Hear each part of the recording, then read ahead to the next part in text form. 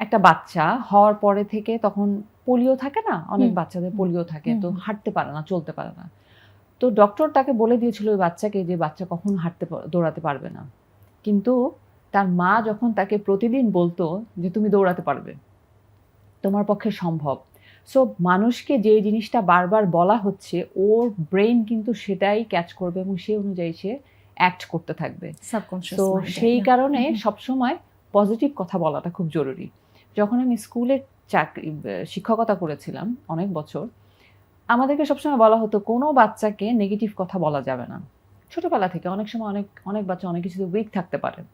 তো তাকে কিভাবে মেন্টালি বুস্ট আপ করা যায় বা তাকে কোনভাবে কথা বললে সে অনেক বেশি এনকারেজড হবে, হয়তো যে কাজটা সে পছন্দ করছে না সেই কাজটাও সে পছন্দ করে করতে চাইবে, ওই যে সেন্সটা মানুষের মধ্যে ডেভেলপ করাটা, এটা আমার মনে হয় আমাদের জনতা সবার মধ্যে এই জিনিসটা আসা দরকার, যেটা আমাদের দেশের কালচারে একেবারেই নেই।